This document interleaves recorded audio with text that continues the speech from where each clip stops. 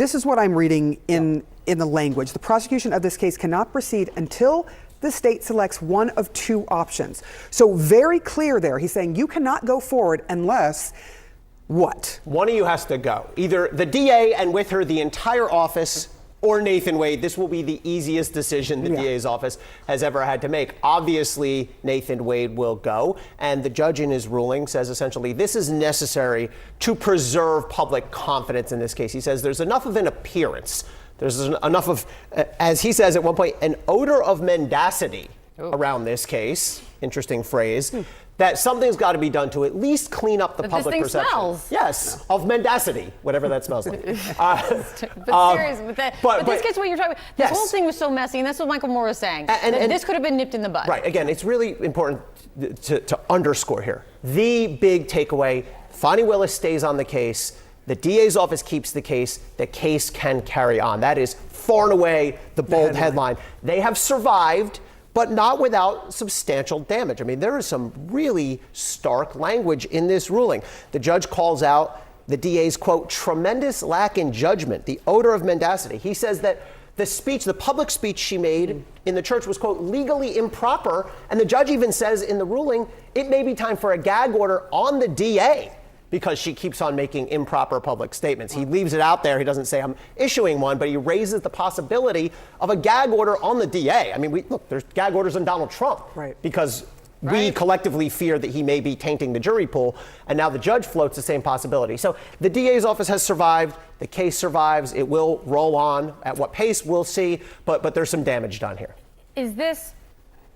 This isn't the best ruling that Fani Willis could have gotten, or is this the best ruling? It's pretty close to the best. I just want to make sure that we're making clear to people. Point I'm trying to get at. If I'm the DA, I am breathing a heavy sigh of relief right now because this language, we will see it in the media, and maybe the jury pool will see it. You can filter that out later, but they have survived. Let's rock on the mic.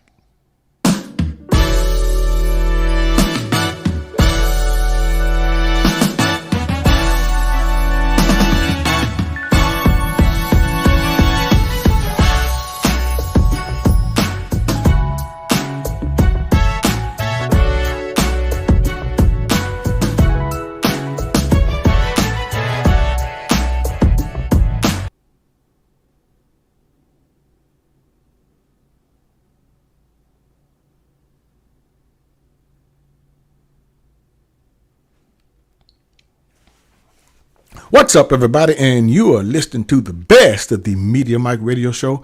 I'm your host, the Media Mike Speak, sponsored by New Justice Media, where we are the voice of the everyday citizen. The time is now 58 minutes past the hour here in the Lone Star State. So let's get to this breaking news story before it's too late. All right, good people, the verdict is in. The judge has ruled. Yes, the judge has ruled. Now, to my surprise, a lot of people thought that, well, no, a lot of people didn't think that he was going to dismiss Fani Willis. He did. But he gave her a choice. Now, just in case you didn't know, in one of my videos, I did say that, or asked the question, was Nathan Wade the fall guy? Would he be the fall guy? And here we are.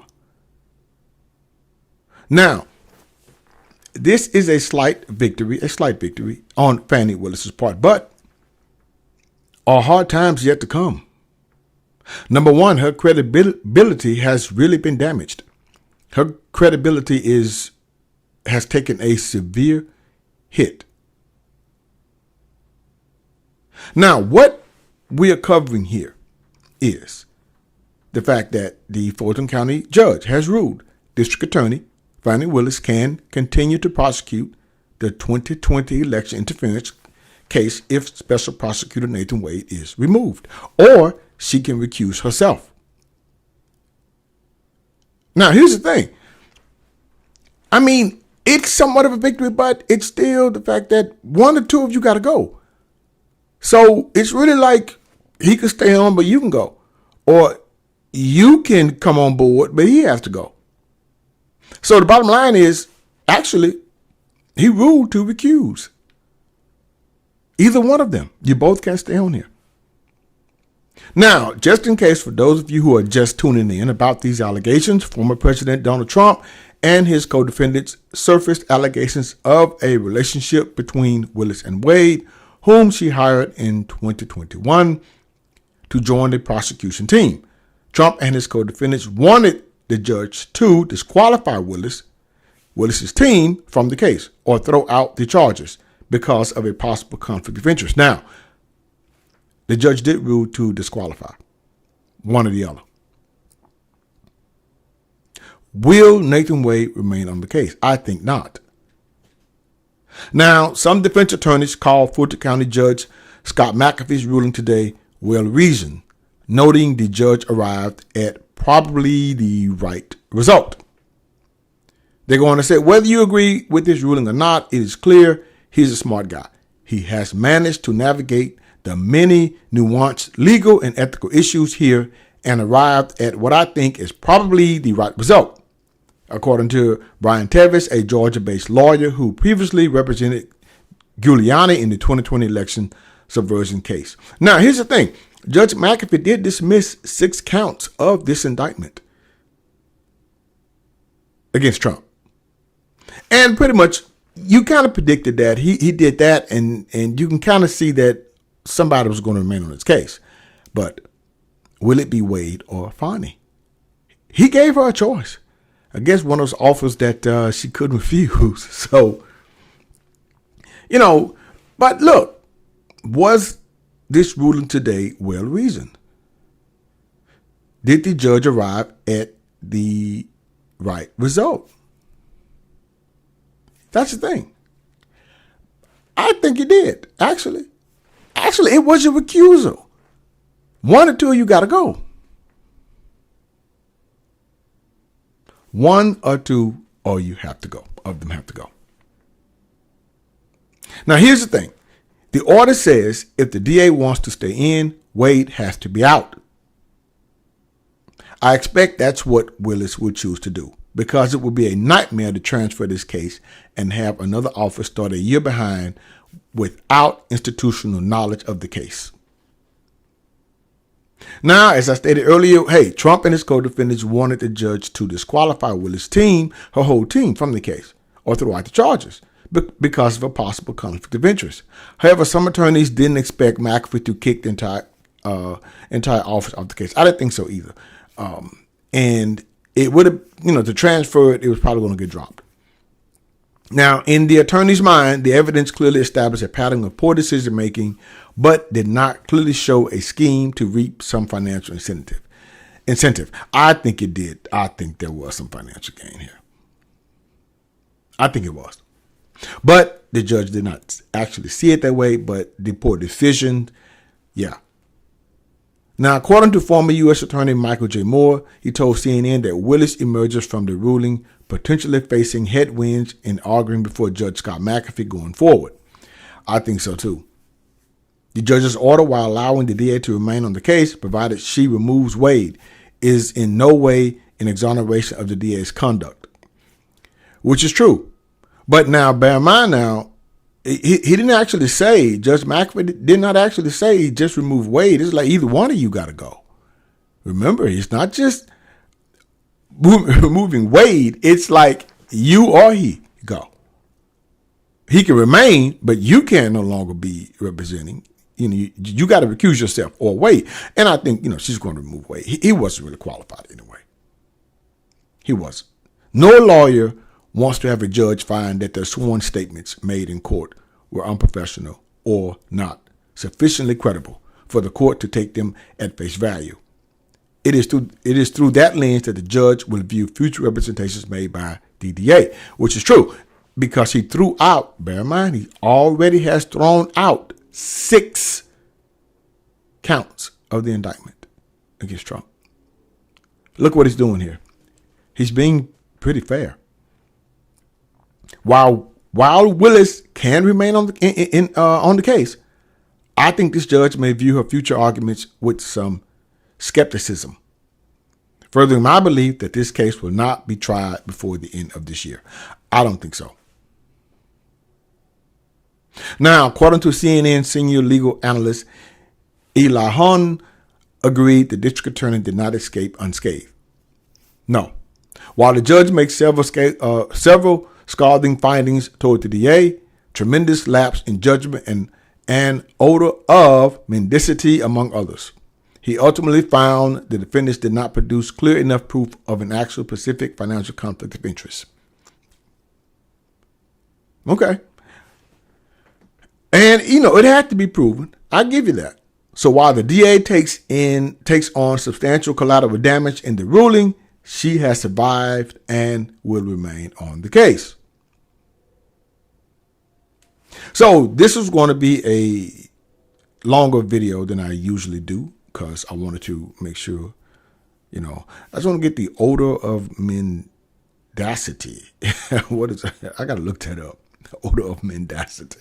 So one of those legal terms. So I'm going to try something different now. We will be right back after a quick break to discuss a future gag order by the judge against Fani Willis. Be right back. Media Mike Radio, the voice of the everyday citizen.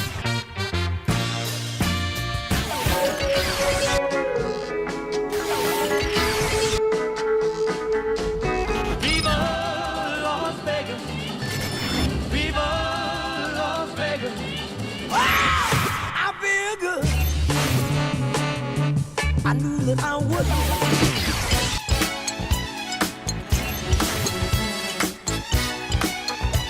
Everybody has exposure across the USA. And we are back. You are listening to the best of the Media Mike Radio Show. It is 7 minutes past the hour here in the Lone Star State. So we are talking about the judge's ruling on the Fani Willis case. Now, let's talk about this possible future gag order. Now, in his repeated rebukes of the district attorney's actions, Fulton County Judge Scott McAfee said Fani Willis's comments at an Atlanta area church in January about the case were legally improper and warned of the potential for a future gag order against Willis. McAfee, however, concluded the comments were not enough to dismiss the case. During the speech earlier this year, Willis went to that church, attacks on her lead prosecutor, Nathan Wade. She defended these attacks, suggesting he was being targeted because he was a black man. Willis said in court filings afterward that she was not referring to criticism from the defendants in her election subversion case, including Donald Trump, when she made those comments. Oh, yes, she did. McAfee said the comments were far enough removed from a jury trial that it will not establish a permanent taint of the jury pool. The court cannot find that this speech crossed the line to the point where the defendants have been denied the opportunity for a fundamentally fair trial or that it requires the district attorney's disqualification. Okay, but it was still legally improper. McAfee wrote in his ruling today, providing this type of public comment creates dangerous waters for the district attorney to wade further into. Now, he's watching her. He is. Because you see, good people, on the potential gag order, on the potential for a gag order, the judge said the time may well have arrived for an order preventing the state from mentioning the case in any public forum to prevent prejudicial publicity. But that is not the motion presently before the court. He's thinking about it. If it goes any further, if she keeps this up, going back and forth to the church, he's going to put the gag on. A violation of that could get it thrown out. Now, Steve Sadal, the Trump's team defendants, the lead defense counsel, he didn't like what the judge ruled. He didn't. He said, while respecting the court's decision, we believe that the court did not afford appropriate significance to the prosecutorial misconduct of Willis and Wade, including the financial benefits, testifying untruthfully about when their personal relationships began, as well as Willis extrajudicial MLK church speech where she played the race card and falsely accused the defendants and their counsel of racism. We will use all legal options available as we continue to fight to end this case, which should never have been brought in the first place. Okay, yeah, a little upset about it. Now, I think moving forward, she's going to have an uphill battle. Now, the question is, will this cause tension between Wade and Willis going forward in the future? Did they, meaning Wade and Willis, expect this or see this coming?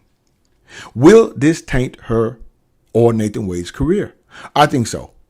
It is my professional opinion that moving forward, that this will severely impact her career.